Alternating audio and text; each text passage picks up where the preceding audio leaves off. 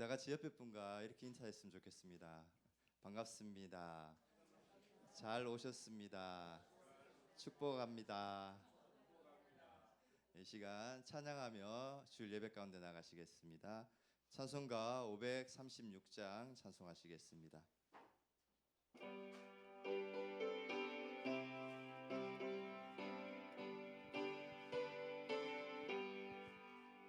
제 짐에 눌린 사람은 다 주께 나오라. 주 말씀 의지할 때에 곧 평안 얻으리. 의지하세 의지하세 주 의지하세.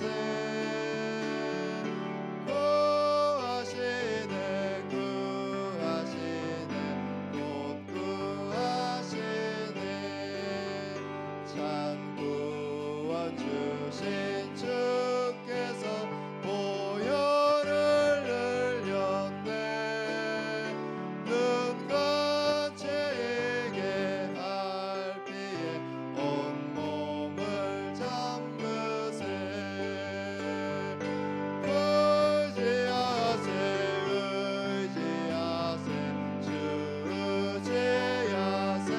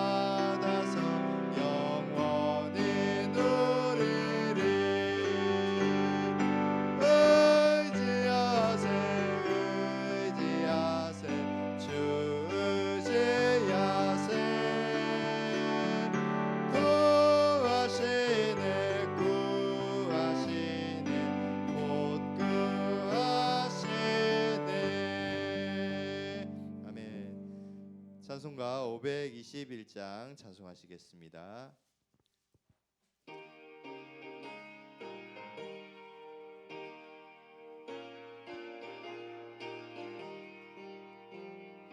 그 안으로 인도하는 그 문은 참 좁으며 생명으로 인도하는 그 길은 참 험하니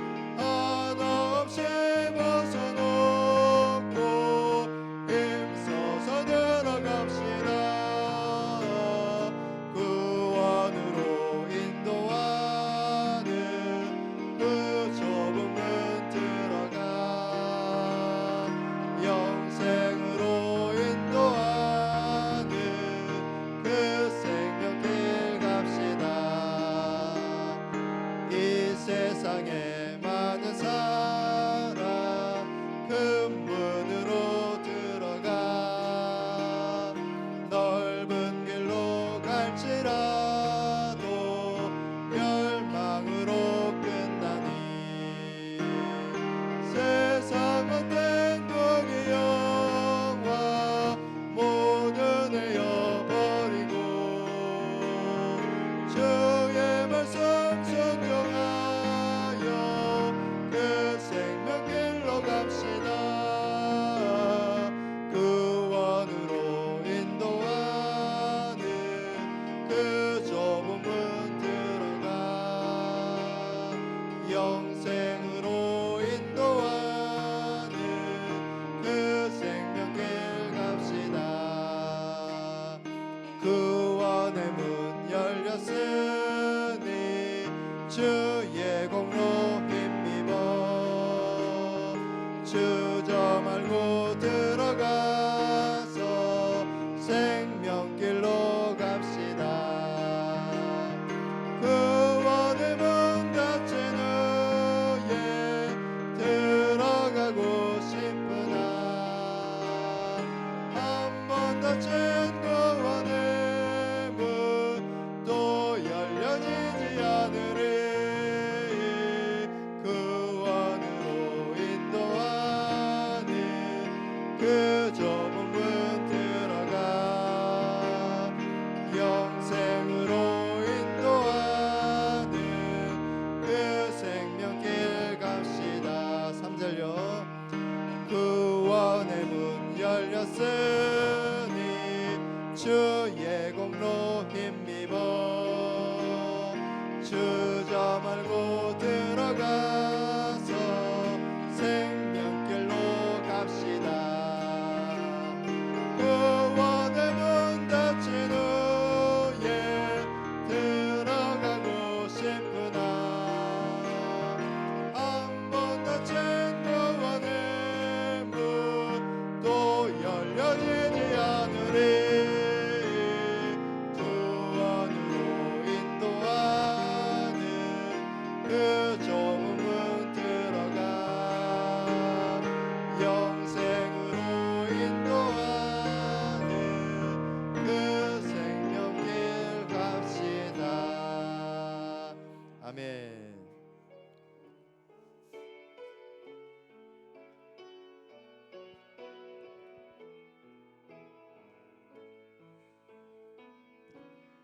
우리 보좌 앞에 모였네.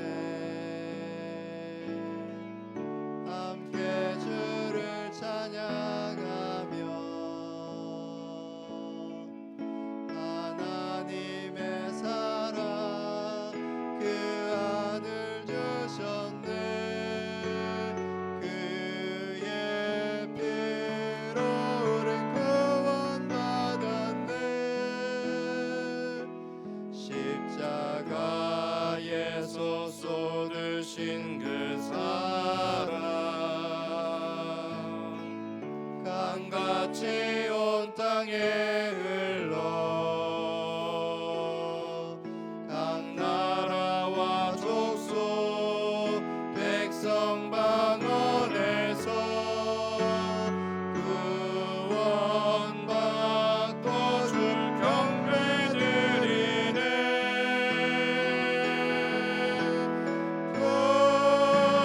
구원하심이 보좌에 앉으신 우리 하나님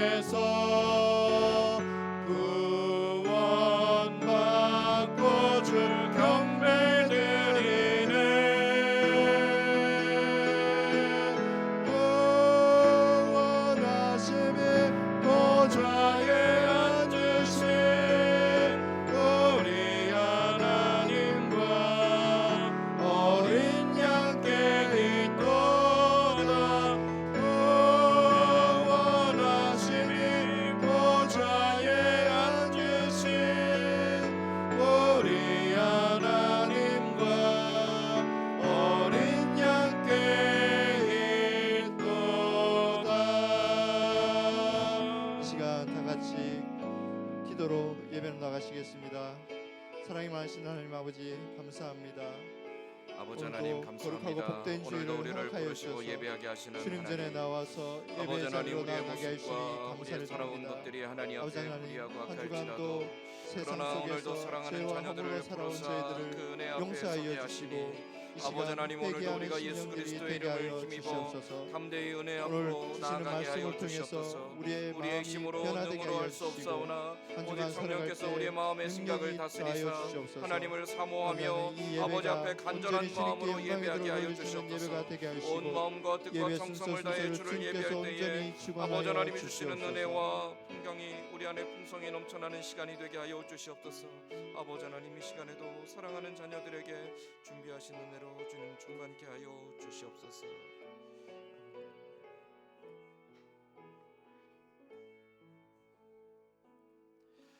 다 함께 묵상 기도하심으로 4월 27일 주일 오전 예배 하나님 앞에 드리겠습니다.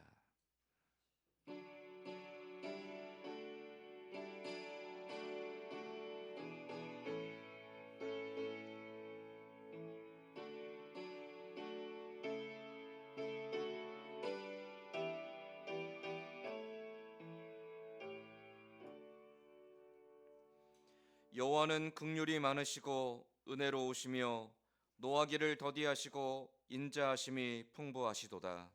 동이 서에서 먼 것 같이 우리의 죄가를 우리에게서 멀리 옮기셨으며 아버지가 자식을 긍휼히 여김같이 여호와께서는 자기를 경외하는 자를 긍휼히 여기시나니 이는 그가 우리의 체질을 아시며 우리가 단지 먼지뿐임을 기억하심이로다. 하나님은 영이시니 예배하는 자가 영과 진리로 예배할지니라. 아멘. 아버지 하나님, 지난 한 주간의 삶을 지켜주시고 오늘 또 거룩한 주일을 기억하여 주께 나와 예배하게 하시니 감사합니다.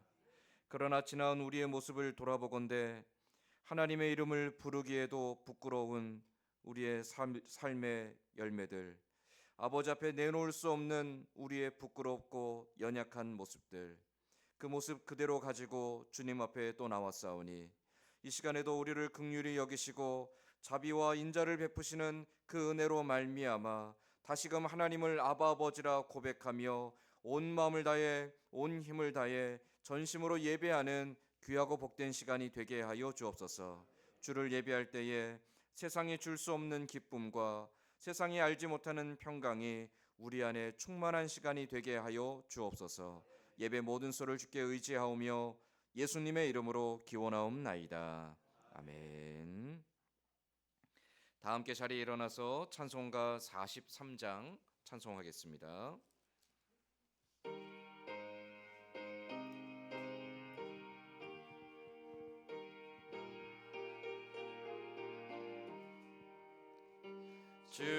즐겁게 안식할 날 반갑고 좋은 날 내 마음을 편케 하니 즐겁고 기쁜 날 이날에 천하 만민 다 모자라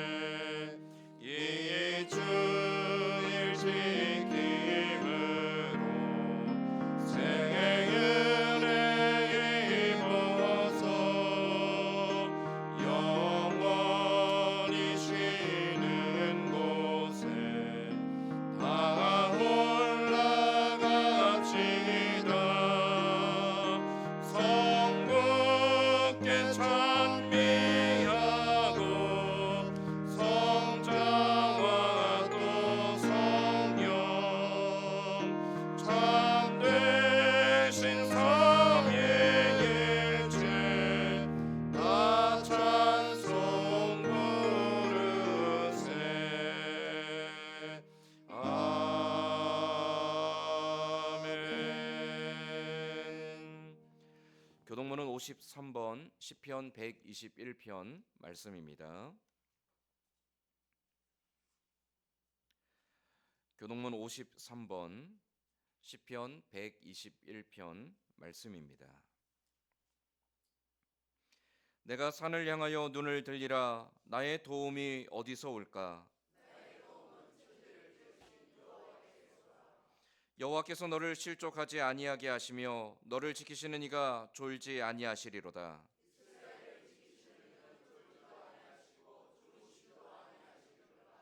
여호와는 너를 지키시는 이시라. 여호와께서 내 오른쪽에서 내 그늘이 되시나니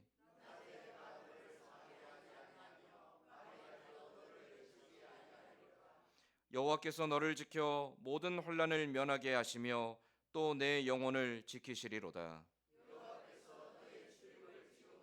영혼까지 지키시리로다. 아멘. 사도신경으로 신앙 고백하겠습니다.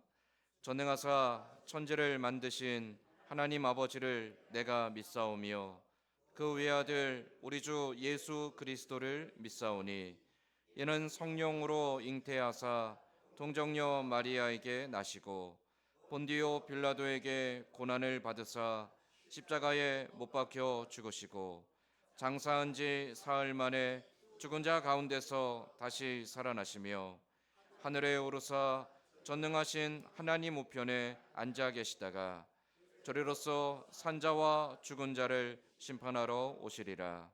성령을 믿사오며 거룩한 공예와 성도가 서로 교통하는 것과 죄를 사하여 주시는 것과 몸이 다시 사는 것과 영원히 사는 것을 믿사옵나이다. 아멘. 다 자리에 앉아서 찬송가 357장 찬송하겠습니다.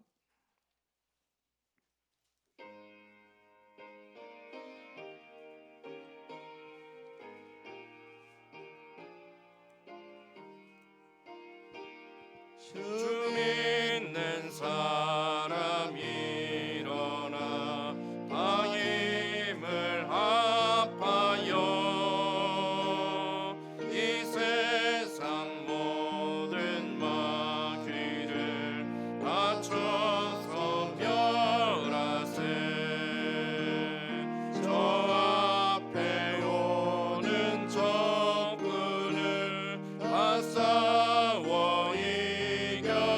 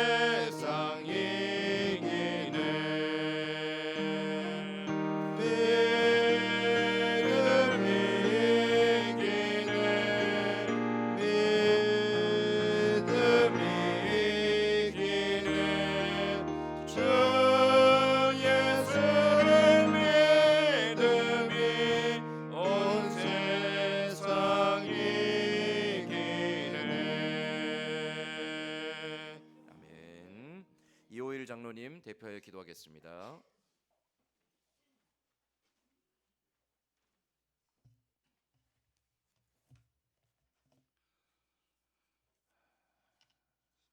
사랑의 하나님 아버지, 십자가의 보혈과 사망 권세를 이기시어 부활에 사신 주님의 사랑과 아버지의 사랑과 은혜를 감사하면서 사랑하는 자녀들이 한자리에 다 모여서 예배하오니 홀로 영광 받아 주시옵소서.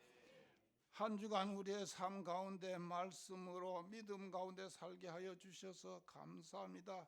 여러 가지 세상의 일들이 많은 가운데서도 믿음 잃지 아니하고 오직 여호와 하나님의 살아계심과 섭리하심과 여호와 하나님 앞에 살아가는 우리의 삶이 주의 은혜로 살아가게 하여 주신 것 감사합니다.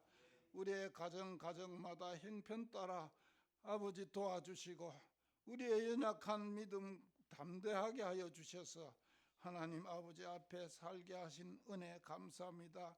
우리의 연약함을 다시 돌보아서 힘을 주시고 말씀으로 새롭게 하여 주셔서 담대하게 하시고 하나님 의심하는 우리의 믿음에 손을 내어 밀어주셔서 건져주시는 하나님을 바라봅니다. 하나님 아버지의 사랑이 우리 주님을 통하여서 약속하신 말씀대로 우리를 믿음의 자람으로 살게 하셔서 하나님의 나라로 이르기까지 우리의 삶의 모든 것들을 맡기고 살아가는 우리의 믿음이 담대하게 하셔서 걱정 근심으로 말미암아 연약하여지지 아니하게 하시고 말씀으로 강건케 하여서 하나님 이 어지러운 나라에 살아가는 삶이 하나님 아버지 빛 가운데 살아가게 하시고 바른 길로 갈 수 있도록 도와주시옵소서. 세우신 종을 통하여서 말씀하실 때 성령님께서 함께 하시고 동행하셔서 우리의 심령들이 하나님 아버지 은혜로 새롭게 되기를 원하옵고 하나님의 말씀으로 큰 힘을 얻어서 전능하신 하나님의 능력이 늘 함께 하시고 하나님 아버지의 말씀이 우리를 지키시고 너는 내 것이라고 하셨던 하나님 말씀을 생각하면서 살아가는 우리의 삶이 복되게 하시고 담대하게 하여 주시옵소서. 하나님 아버지, 우리 이 교회가 하나님 작정하여 선교사를 위하여서 도움으로 함께 사역을 합니다. 하나님 아버지 김현승 선교사님과 신중호 선교사님, 이전진 선교사님, 이충구 선교사님 어느 곳에서 주의 복음을 들고 나아갈 때 그 담대함이 말씀의 능력으로 나타나게 하셔서 성령으로 역사하여 주시옵소서. 곳곳에서 섬기는 그의 사역을 강건하게 하시고 그 가정을 지켜주셔서 하나님의 보호하심으로 하나님 땅끝까지 이르러 복음을 전하는 이 사역이 하나님의 말씀대로 순종하는 이 선교사님들 위해 함께 하시고 지켜주시옵소서. 하나님 두 교회를 섬깁니다.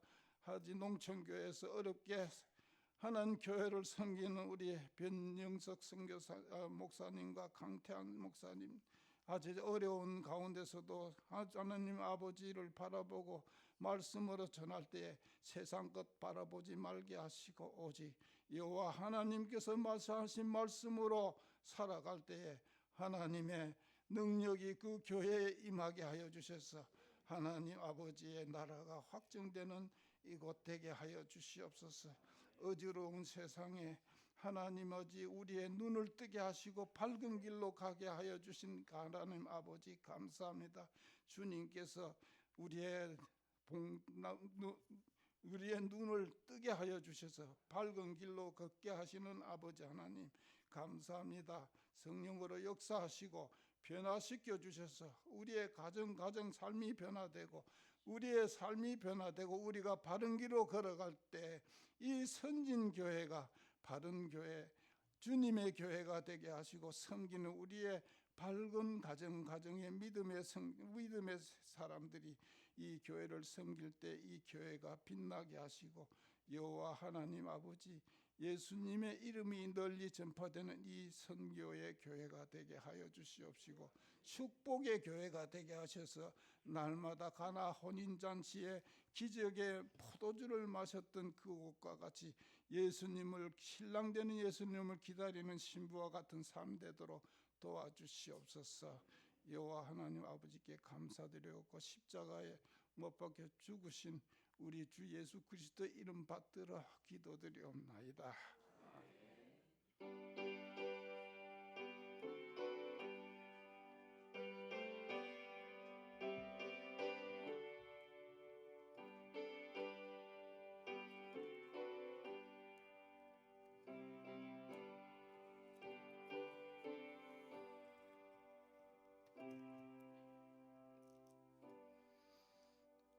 아멘.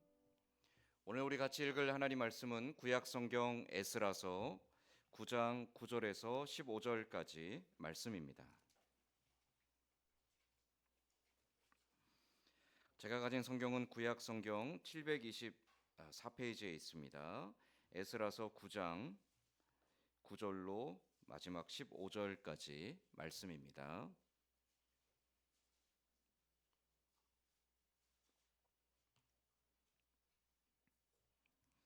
구약 성경 에스라서 9장 9절에서 마지막 15절까지 말씀, 저와 여러분이 돌아가며 한 절씩 교독하겠습니다. 우리가 비록 노예가 되었사오나 우리 하나님이 우리를 그 종살이하는 중에 버려두지 아니하시고 바사 왕들 앞에서 우리가 불쌍히 여김을 입고 소생하여 우리 하나님의 성전을 세우게 하시며 그 무너진 것을 수리하게 하시며 유다와 예루살렘에서 우리에게 울타리를 주셨나이다.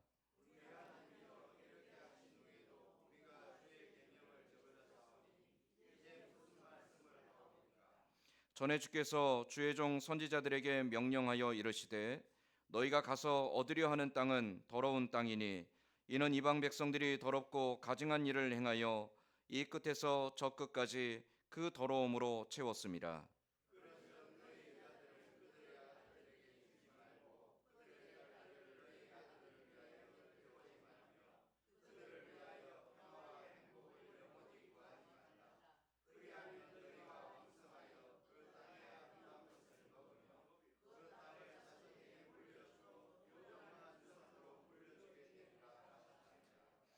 우리가 악한 행실과 큰 죄로 말미암아 이 모든 일을 당하였사오나 우리 하나님이 우리 죄악보다 형벌을 가볍게 하시고 이만큼 백성을 남겨 주셨사오니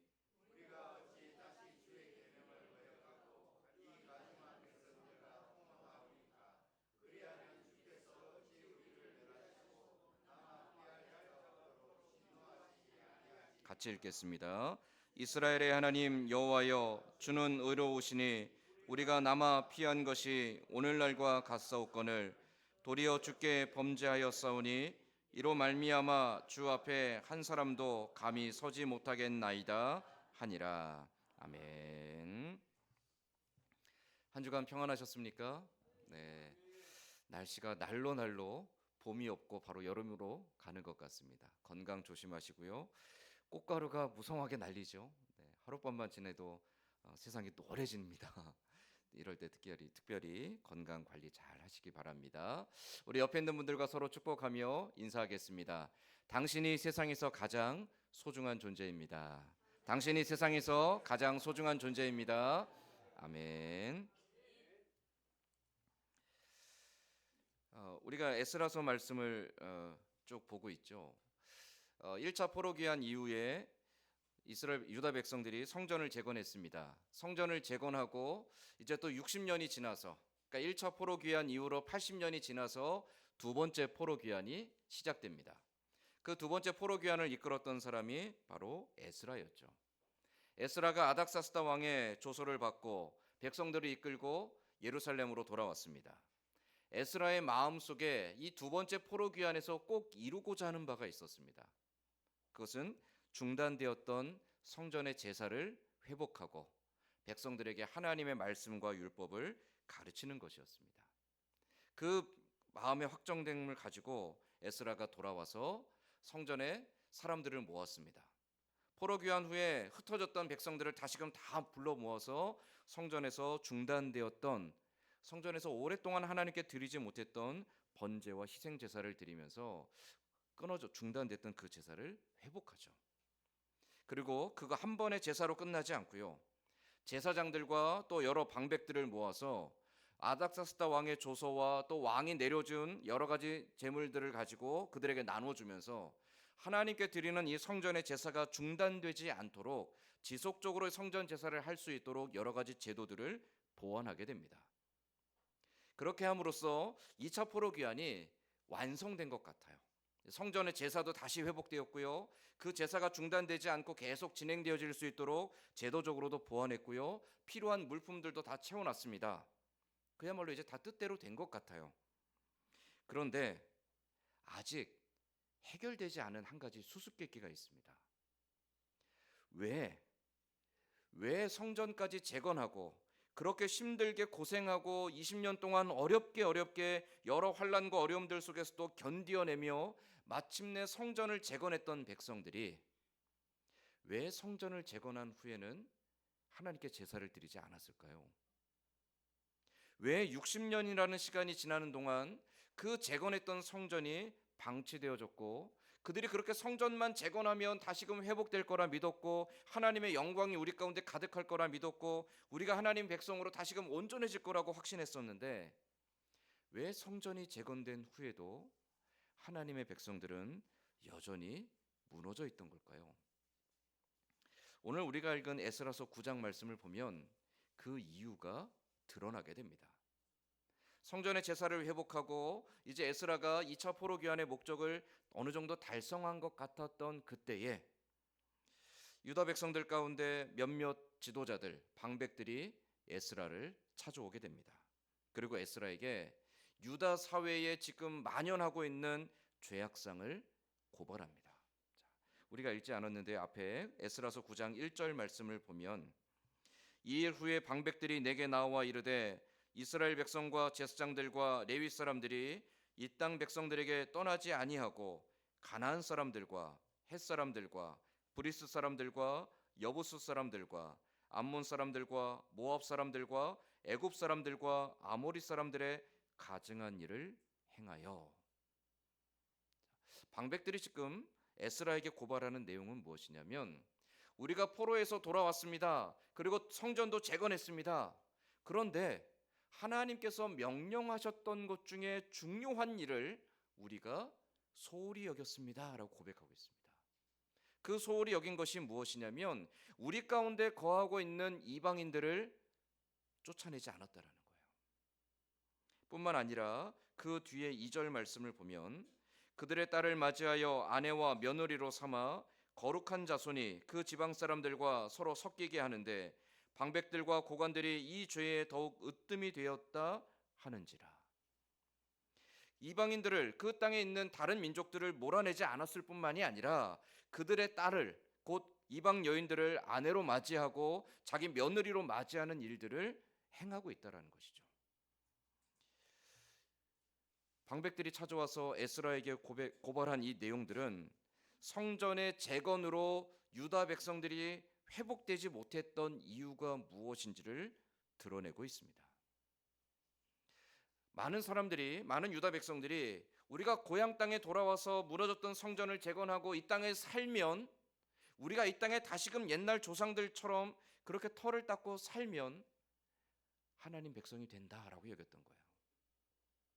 그러나 그들의 마음속에 하나님의 생각이 무엇인지, 하나님의 뜻이 무엇인지, 하나님의 뜻을 따르기 위해 오늘 우리가 무엇을 해야 될지에 대한 고민과 결단은 없었던 것이죠.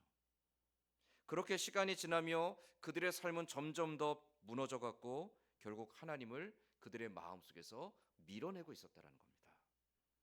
그 60년의 시간이 그냥 흘러간 것이 아니라 그렇게 하나님을 밀어내는 시간들로 채워져 갔던 것이죠.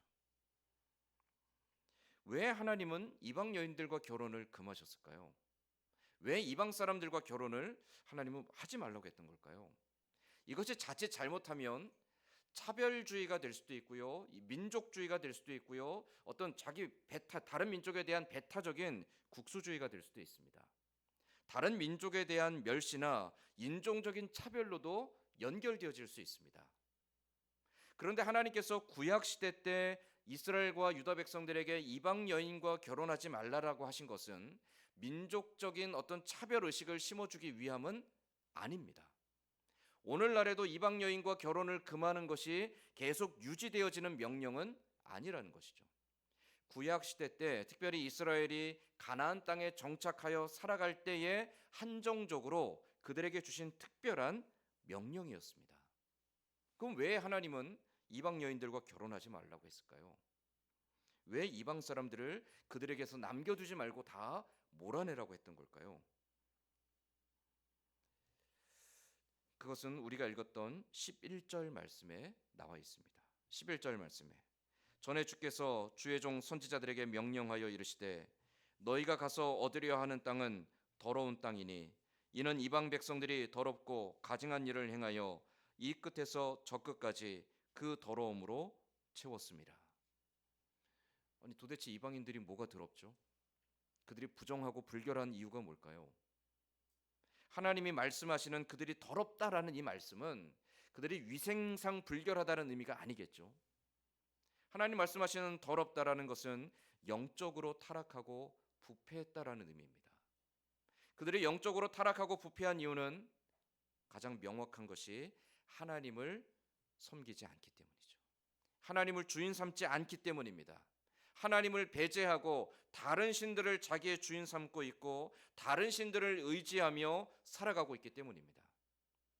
설령 이방인들 가운데 하나님을 아는 자들이 있고 하나님을 섬기는 자들이 있다 할지라도 그들에게 하나님은 유일하신 하나님, 유일하신 주인이 아닙니다.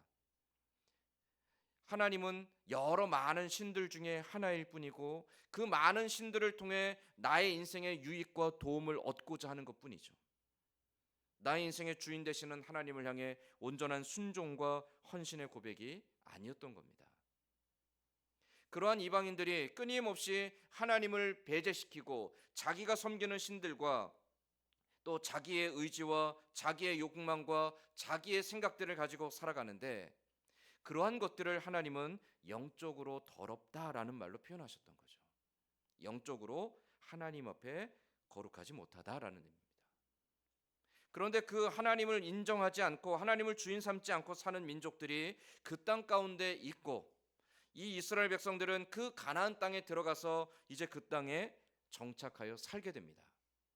그들과 함께 살아가는 동안에 그들이 가지고 있는 우상 숭배의 문화들, 하나님을 인정하지 않고 다른 신을 섬기는 그들의 습관들, 하나님이 아니라 다른 신들을 자기의 주인 삼고 살아가는 그들의 관습과 그들의 삶에 익숙한 형편들, 이것이 이스라엘에게 전염되어질까 봐, 이스라엘이 거기에 익숙해질까 봐 하나님은 그들에게서 멀리 떨어지라고 명령하셨던 것이죠.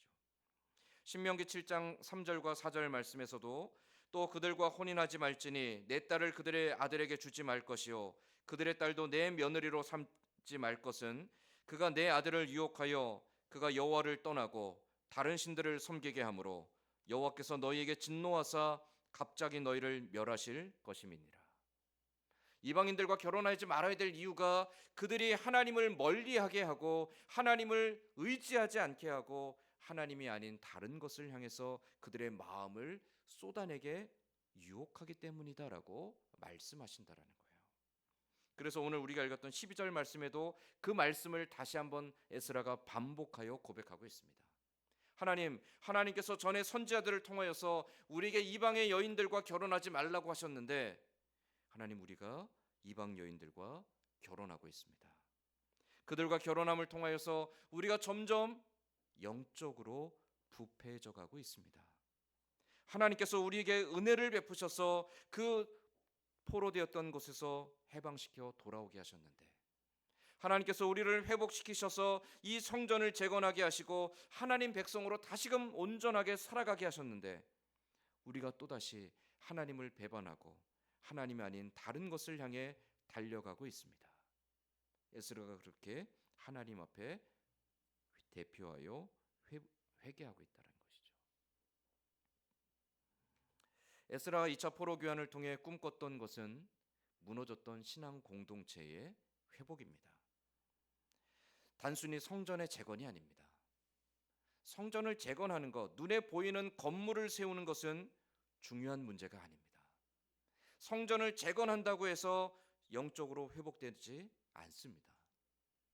하나님 백성이 예루살렘으로 돌아왔다고 해서 하나님 백성 되는 것이 아니라는 것이죠. 하나님 백성이 하나님 백성으로 온전하여질 수 있는 가장 중요한 것은 하나님을 주인 삼고 그 앞에 순종하는 것입니다. 그래서 에스라는 돌아와서 백성들에게 하나님의 말씀을 가르치고자 했던 것이죠. 성전의 제사도 회복했고 그 제사를 계속 드릴 수 있게도 했는데 도대체 왜 이스라엘 백성들이, 왜 유다 백성들이 돌아와서 60년 동안 이렇게 피폐하고 무너졌는가? 에스라가 비로소 깨달은 겁니다. 하나님의 말씀이 없고 그 말씀 앞에 순종함이 없고 하나님의 말씀을 대하여 두렵고 떨리는 마음이 없고 그들이 지금 동안 오랫동안 익숙해져 왔던 죄악의 습관들에 물들어 있기 때문이라는 것을. 그래서 지금 필요한 것은 회개하고 하나님께로 다시 돌아가는 것이며 다시금 하나님의 말씀 앞에 우리 자신을 내려놓는 것이라고 에스라는 다시 한번 확인하게 되는 것이죠. 오늘 에스라가 보여주는 이 모습들 속에서 사실은 오늘 우리의 모습을 보아야 합니다. 여러분, 하나님께 은혜 받았던 때를 기억하시나요? 하나님께 받은 그 은혜 때문에 마음의 기쁨과 감격이 충만하고 정말 마음에 그 감동이 가득하고 막 뜨거운 열정들이 올라오던 그때를 기억하십니까? 모태신앙을 가진 사람들의 대표적인 특징이요, 특별한 신앙의 계기가 없습니다. 저도 모태신앙이거든요. 할아버지 할머니 때부터 신앙생활을 해서 제가 이제 3대째 신앙생활을 하는데 어릴 때부터 그냥 그런 집안에서 계속 자랐습니다. 그래서 사실은 저는 제사를 어떻게 드리는지 잘 모릅니다. 집에서 제사를 드려본 적이 없기 때문에 명절이 되면 항상 가족들이 모여서 예배를 드렸고요. 그냥 그게 당연한 삶이었습니다. 생일 때가 되면 저희 할머님이 생존해 계실 때 생일 때가 되면 케이크에 촛불이 다 꺼져서 사라질 때까지 기도해 주세요. 그래서 생일 때가 되면 케이크에 불을 켜놓고 기도하기 시작하면 저희 형이 몰래 케이크에 불을 꺼놨습니다. 초가 다 녹아버리니까. 그게 그냥 익숙했습니다. 그냥 신앙생활이 늘 익숙했던 사람들, 그들에겐 특별한 계기가 없기 때문에 늘 아쉬움이 있어요. 모태신앙을 가진 사람들은 나도 좀 뭔가 좀 특별한 아주 놀라운 좀 계기가 있었고 좀 은혜를 충만하게 받는 뭔가 사건들이 있었으면 좋겠는데 그런 마음들이 있거든요. 그런데 그런 순간들이 꼭 있더라고요. 하나님께서 그냥 맹숭맹숭하고 무뎌지고 냉랭하고 차갑던 그 마음들을 어느 순간인가 기경하시는 순간들이 있더라고요.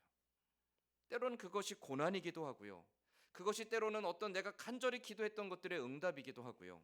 때로는 내가 전혀 뜻하지 못했던 놀라운 사건들, 역사들을 통하여서 하나님의 은혜를 깊이 경험하게 하시고 그로 인하여서 내 심령을 기경하시는 순간들이 있더라는 거죠. 여러분은 어떠신가요? 말씀을 읽으면서도 그냥 늘 똑같은 말씀이잖아요. 근데 어느 순간 하나님께서 은혜를 풍성하게 주셔서 말씀을 읽는데 그냥 그 말씀 자체가 무슨 말인지 이해가 되지 않는데 그냥 말씀을 한 문장을 읽었는데 그 문장 때문에 다음으로 넘어갈 수 없을 만큼 눈물이 쏟아지고 내 마음속에 벅찬 감격이 오는 순간들이 있다라는 거죠. 예배를 드리기 위해서 예배당에 딱 앉았는데 사도신경의 첫 문장 전능하사만 했는데도 마음이 너무 벅차고 감격스러워서 아무것도 할 수 없는 정말 그 전능하신 하나님 앞에 내 자신이 꼬꾸라지는 그 은혜들이 있었다라는 거죠. 여러분도 때로는 병에 걸려서 고통받고 아파하고 절망할 때 하나님께서 치유해 주심으로 말미암은 감격이 있었을 것이고요. 자녀의 문제로 마음 아파하고 괴로워할 때 하나님께서 그 자녀의 길들을 열어주심으로 인해 내 안에 감사가 있었고요. 때로는 내 부끄러운 죄악의 문제들을 가지고 하나님 앞에 정말 나가서 그 초라함과 부끄러움을 가지고 매달렸는데 하나님께서 그 죄를 씻어주셨음에 대한 확신과 소망으로 인해 내 마음에 세상이 줄 수 없는 기쁨과 평안을 주셨을 때도 있고요. 우리 저마다가 다 하나님께 받은 특별한 은혜의 기억들이 있다라는 것이죠. 그런데 한 가지 의문이 있습니다. 왜 지금은 없을까요? 옛날엔 그랬는데 왜 지금은 안 그럴까요? 그때는 그랬는데 왜 지금은 내 마음이 이렇게 그냥 덤덤하고 무뎌져 있을까요? 옛날엔 그렇게 막 뜨겁게 열정이 있었는데 왜 지금은 그냥 그렇게 또 하루를 그렇게 살아가고 있는 걸까요? 도대체 왜 그럴까요? 오늘 유다 백성들의 모습을 보면 그 이유를 알 수 있습니다. 그들이 성전을 봉헌하던 날에 무너졌던 성전의 그 터를 다시 쌓아올리고 20년 만에 그 성전을 재건했을 때 그들의 마음속에 큰 감격이 있었습니다. 우리 에스라서 앞에 말씀들을 보았잖아요. 포로에서 돌아와서 그 황폐하게 무너져 있는 성전의 터를 다시금 정리하고 성전의 주춧돌을 놓았을 때 백성들이 그 앞에서 울며 기쁨의 탄성을 지르며 혹은 과거의 영광을 기억하여 그들이 통곡하며 그 성전 재건을 시작했었습니다. 20년 동안 중단되었던 성전을 다시 재건을 했을 때 그들의 마음속에 세상 무엇으로도 채울 수 없는 기쁨과 감격이 있었습니다. 완성된 성전 앞에서 그들이 함께 하나님을 찬송하며 하나님을 위해 자신의 모든 것을 내어놓겠다라는 결단과 고백으로 하나님 앞에 감사와 감격의 제사를 드렸습니다. 근데 왜 무너졌을까요? 왜 또다시 무너졌을까요? 그들이 돌아와서 그 기쁨과 감격을 가지고 이제 자신의 삶으로 돌아갑니다. 자신의 삶 속에서 이제 자신의 땅을 일구고 하나님이 주신 기업 속에서 생업을 이어가고 또 가정을 돌보고 그 가족을 돌보는 일들 중에 열심히 수고하고 애쓰며 그들의 하루하루를 살아가게 됩니다. 어제는 포로에서 돌아온 것이 기쁘고 감사했는데 그날이 하루 반복되면서 그 감사의 고백들이 그냥 익숙해졌습니다. 익숙하다라는 것은 때로는 우리에게 숙련되게 해주는 좋은 결과를 가져올 수도 있습니다. 그러나 익숙하다라는 것은 또 한편으로 우리에게 반성하지 않고 감사하지 않고 무뎌지게 할 수도 있다라는 것이죠. 익숙함이 우리에게 좋은 것이긴 하지만 그 익숙함에 젖어서 멈추어 버린다면 그 익숙함은 오히려 우리에게 해가 될 수 있습니다. 유다 백성들이 그랬습니다. 포로에서 돌아와 성전을 재건하고 그 기쁨과 감격에 휩싸인 삶을 살아가며 그 하루하루가 감사와 기쁨으로 채워져야 될 그들의 삶이 이제는 그냥 익숙한 일상이 되었습니다.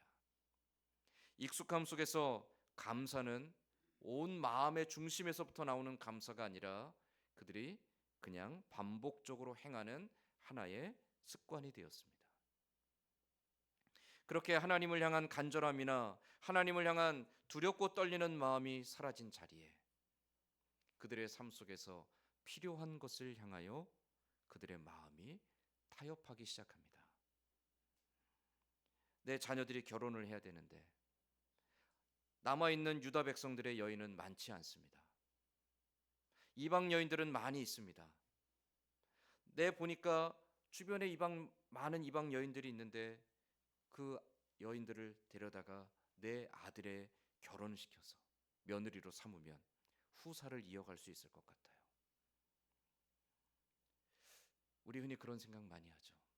믿는 사람과 믿지 않는 사람 중에 누구를 결정해야 될까에 대한 고민을 놓고 결혼을 위해서 고민할 때 믿지 않는 사람일지라도 결혼해서 전도해서 내가 그 사람 믿게 만들면 되지. 여러분 해보신 분은 아시죠? 쉽지 않습니다. 어마어마하게 어렵습니다. 내 뼈를 깎아야 되고요. 내 살을 찢어야 될 만큼 힘듭니다. 내 자신을 완전히 포기해야 될 만큼 힘들고 어렵습니다. 그래도 될지 안 될지는 보장할 수 없습니다. 물론 믿지 않는 사람과 결혼하는 것이 다 나쁘다라는 의미는 아닙니다. 그만큼 더 많은 헌신과 희생과 기도와 눈물이 있어야 된다는 것이죠. 유다 백성들은 어땠을까요? 이방 여인들과 결혼을 생각할 때 처음에는 두려웠을 겁니다. 처음에는 그들도 하나님의 말씀을 기억하여 그것이 옳지 않는 일이라고 생각했을 겁니다. 그런데 한 사람, 두 사람 용기를 내서 결혼하기 시작합니다. 이방 여인들과 결혼하기 시작하는데 하나님께서 그들을 벌 주지 않으세요. 아무 일도 일어나지 않습니다. 이방 여인과 결혼해서 그들이 잘 사는 것을 보게 됩니다. 괜찮네? 문제 없네? 하나님께서 뭐라 하지 않으시네? 그 일들이 하나, 둘 퍼져가기 시작하는 거죠. 이게 죄의 습성입니다.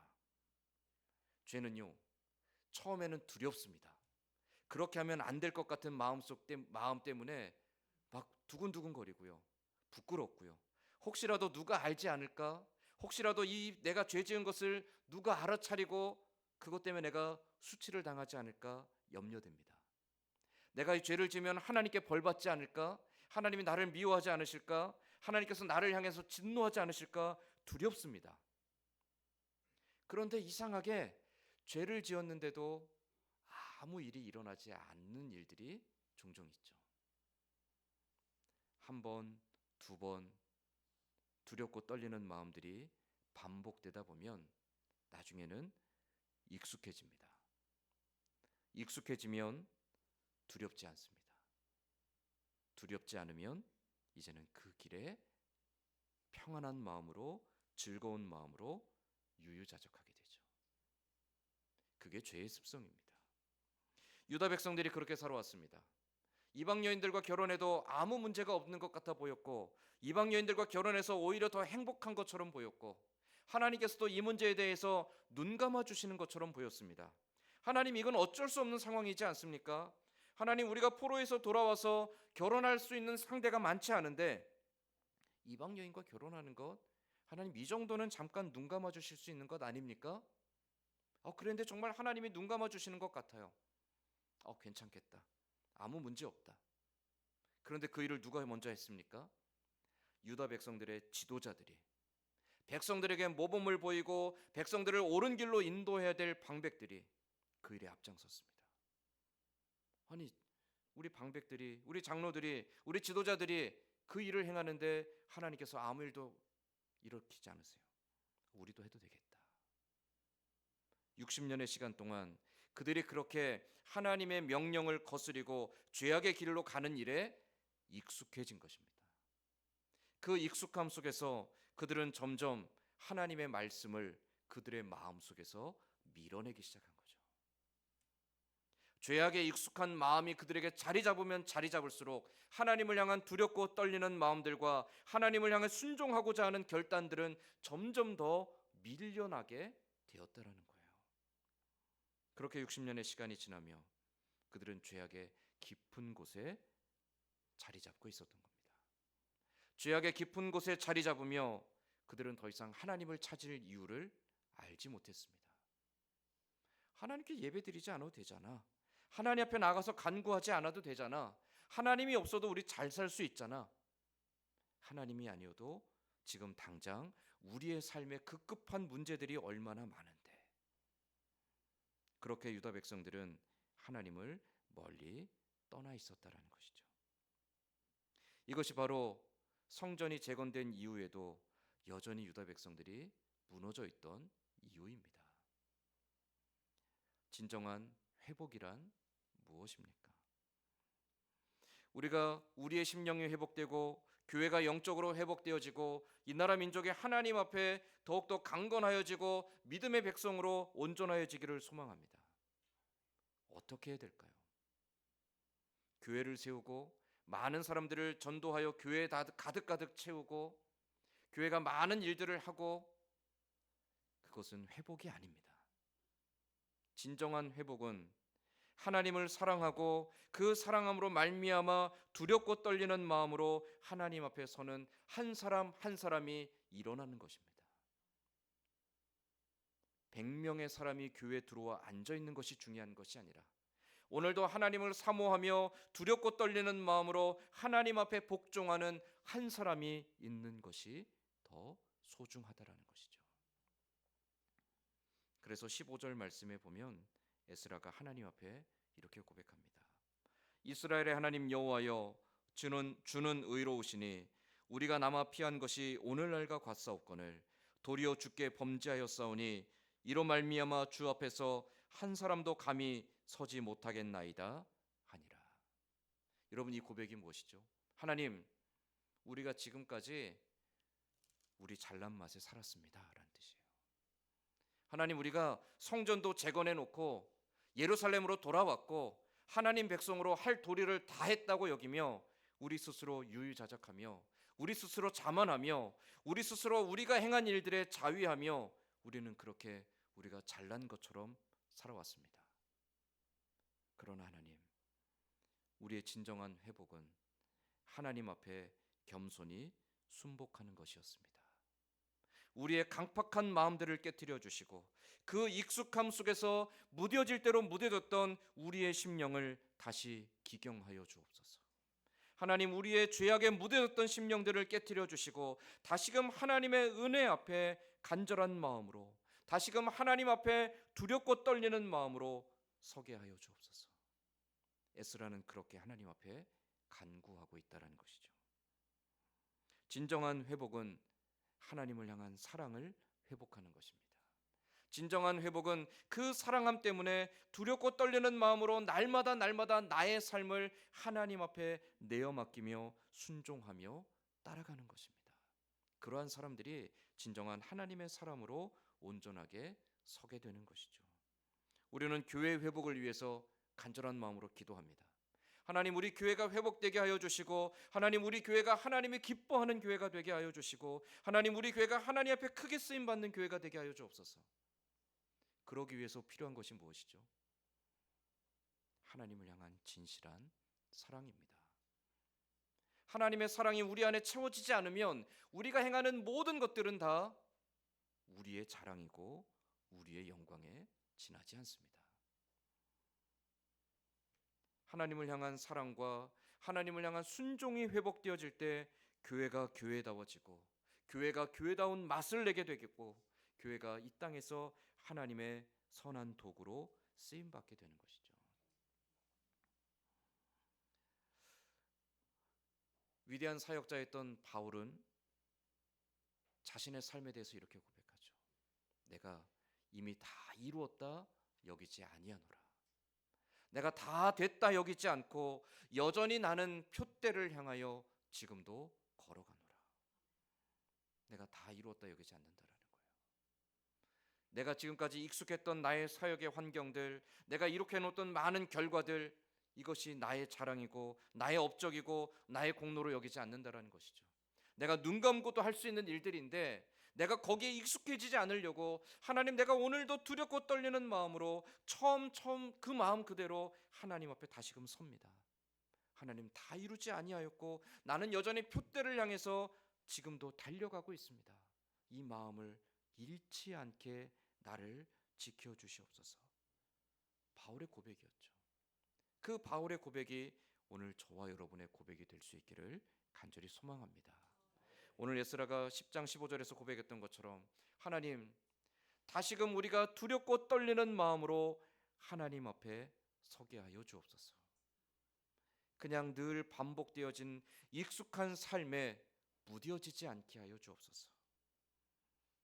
하나님, 내가 오늘도 주를 예배하기 위해 주께 나아가는 그 길이 그냥 익숙함 속에서 무감각해지지 않게 주님, 나를 인도하여 주옵소서. 하나님, 내가 주께 기도하며 간구하는 자리로 나아갈 때마다 하나님, 내가 그냥 습관처럼 입에 발린 말들로, 입에 익숙한 말들로 그냥 내뱉고 소리 지르고 끝나지 않게 하여 주시고 그 기도함 속에서 하나님의 깊은 마음을 알게 하여 주옵소서. 하나님의 생각 앞에 하나님, 누구보다도 내가 겸손하게 순종하게 하여 주옵소서. 내가 교회 나가서 여러 가지 일들로 봉사하고 섬길 때 하나님, 너무나 익숙하고 너무나 습관처럼 몸에 배어 있지만 그 익숙함에 무뎌져서 내가 누구를 위해 무엇을 위해 하고 있는지 잊지 않게 하여 주옵소서. 내가 주의 말씀을 대할 때마다 너무 잘 알고 있고 이미 오랫동안 들어왔고 내가 오랫동안 알고 있는 말씀이라고 해서 그냥 글자만 읽어가지 않게 하여 주시고 말씀 한 절 한 절을 읽을 때마다 하나님께서 오늘 나에게 주시는 말씀을 마음 깊이 새기게 하여 주옵소서. 우리의 신앙이 익숙해지지 않게 하시고 날마다 처음 그 마음으로 날마다 하나님을 향한 두렵고 떨리는 마음으로 하나님을 바라보며 날마다 새롭게 하여 주옵소서. 이런 고백을 가지고 하나님 백성으로 더욱더 온전해져 갈 수 있는, 익숙함에 무뎌지지 않고 날마다 새롭게 하나님의 백성으로 더욱더 성숙해 갈 수 있는 저와 여러분과 우리 교회가 될 수 있기를 주님의 이름으로 간절히 소망합니다. 아멘. 기도하겠습니다. 하나님, 과거에 누렸던 은혜와 하나님의 놀라운 역사들 거기에 머물러 있지 않게 하여 주시옵소서. 하나님, 수없이 반복되어지는 예배와 기도와 주의 말씀이지만 하나님 거기에 무뎌지지 않게 하여 주시옵소서. 주께 은혜를 입었던 그 처음 순간들을 기억하게 하여 주시옵소서. 날마다 두렵고 떨림으로 하나님 앞에 서며 두렵고 떨림으로 하나님 앞에 살아가게 하여 주시옵소서.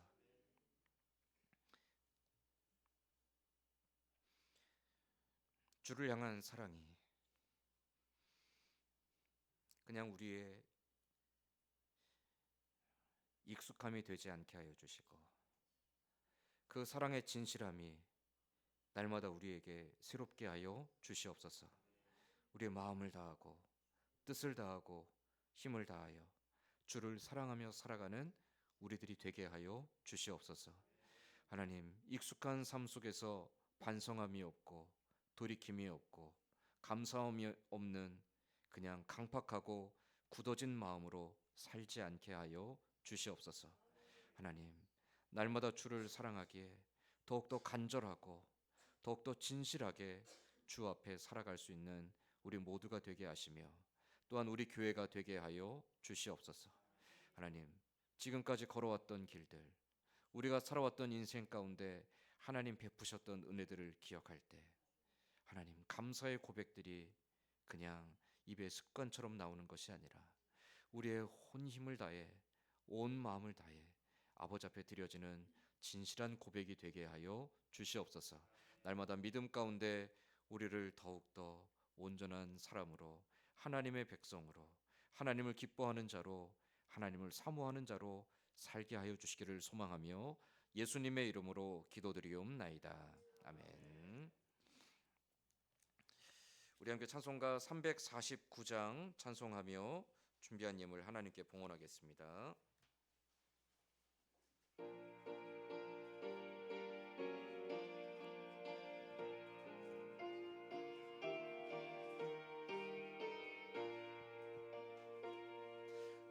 나는 예수 따라가는 십자가 군 사람 주 이름 증언하기를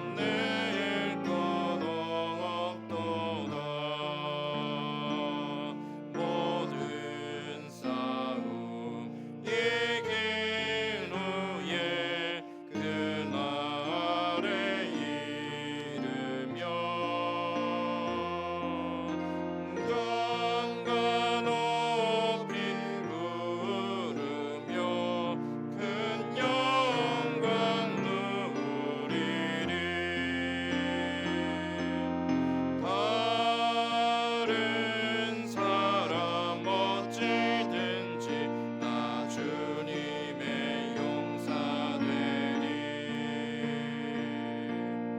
나는 주의 군사 되어 충성을 맹세하여 내가 승리하기까지 주 은혜로 싸우리. 주님의 용사된 내게 주의 일 맡기소서. 아멘. 기도하겠습니다. 하나님 감사합니다. 날마다 우리를 기억하시고 돌보시는 하나님, 구하지 못하여도 때를 따라 주께서 예비하신 대로 가장 좋은 것으로 또 가장 필요한 것으로 우리의 삶을 채우시고 만족해 하여 주시니 감사합니다. 때로는 남들이 갖지 못한 것 때문에 억울하고, 때로는 나에게 부족한 것들 때문에 속상하고 불평스럽지만, 하나님, 주께서 주지 아니하셨으면 단 하나도 내 손에 없음을 기억하게 하시고 감사하는 자가 되게 하여 주시옵소서. 오늘도 그 감사의 고백으로 주님 앞에 나와 예배할 때 나의 모든 것 주의 것이기에 이 믿음의 고백을 담아 아버지 앞에 예물로 드립니다. 감사한 제목들로 또한 예물로 드리고, 선교하고 또 교회를 세우는 일을 위해 우리가 약속한 바대로 주 앞에 예물로 드립니다. 드려진 예물이 주의 나라와 그 영광을 위해 귀하게 사용되어질 수 있도록 선한 양심과 선한 지혜 가운데 인도하여 주시옵소서. 드린 손길들 또한 드리고 싶어도 더 드리지 못한 손길까지 기억하시며 우리 모두의 삶과 우리 모든 생업의 터전 위에 함께 하시는 하나님으로 인하여 늘 감사하며 늘 기뻐하며 늘 찬송하며 살아가는 주의 백성들이 다 되게 하여 주시옵소서. 변함없이 사랑해 주시고 변함없이 우리의 삶을 책임져 주시는 하나님께 감사드리며 예수님의 이름으로 기도드리옵나이다. 아멘. 기도하겠습니다. 우리 주 예수 그리스도의 은혜와 하나님 아버지의 크신 사랑하심과 성령의 감화감동 교통하시는 은혜가 매일매일 반복되어지지만 또 주님 앞에 나오고 또 주님을 향해 부르짖고 또 주를 향해 순종하고 봉사하지만 그 반복되어지는 일상들 속에 그냥 무뎌지지 않게 하시고 그 익숙함이 우리의 연약함과 우리의 강팍함으로 이어지지 않게 하시며 다만 그 매일의 반복되어지는 삶 속에서 날마다 새롭게 하시고 날마다 두렵고 떨리는 마음으로 주 앞에 서게 하시며 오늘보다 더 한 걸음 나아간 내일, 오늘보다 더 성숙한 내일을 향해 한 걸음 한 걸음 더 주께로 더 가까이 나아가기를 소망하며 결단하는 고개 숙인 모든 주의 백성들 위에와 이 자리에 함께하지 못한 사랑하는 성도들과 멀리 타지에 나가 있는 가족들 위에 오늘도 영육간의 연약함 속에서 하나님의 위로와 치료와 회복의 은혜를 구하는 주의 백성들과 선교지에서 복음 들고 수고하는 선교사님들과 북녘 땅의 우리 동포들 그리고 이 나라 민족과 우리 교회 위에 이제로부터 영원토록 함께 있을지어다. 아멘.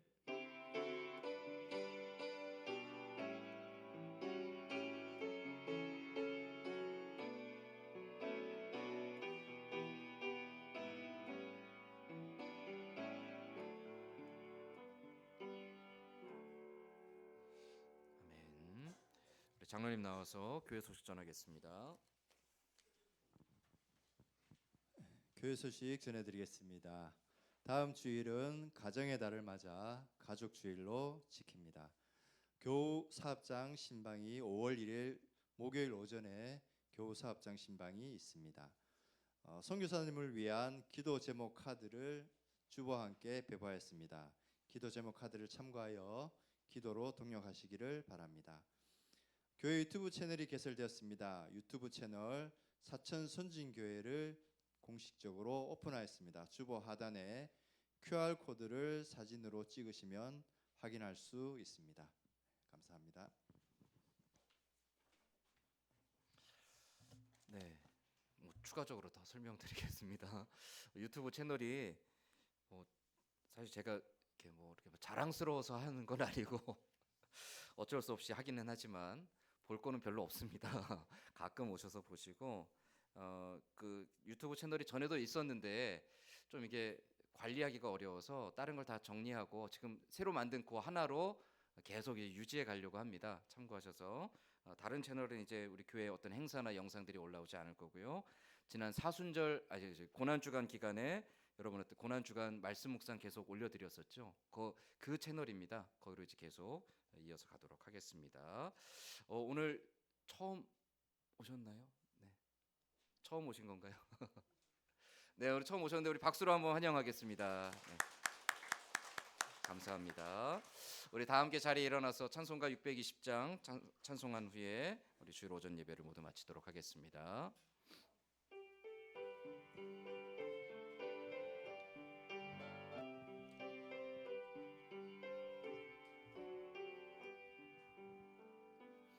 여기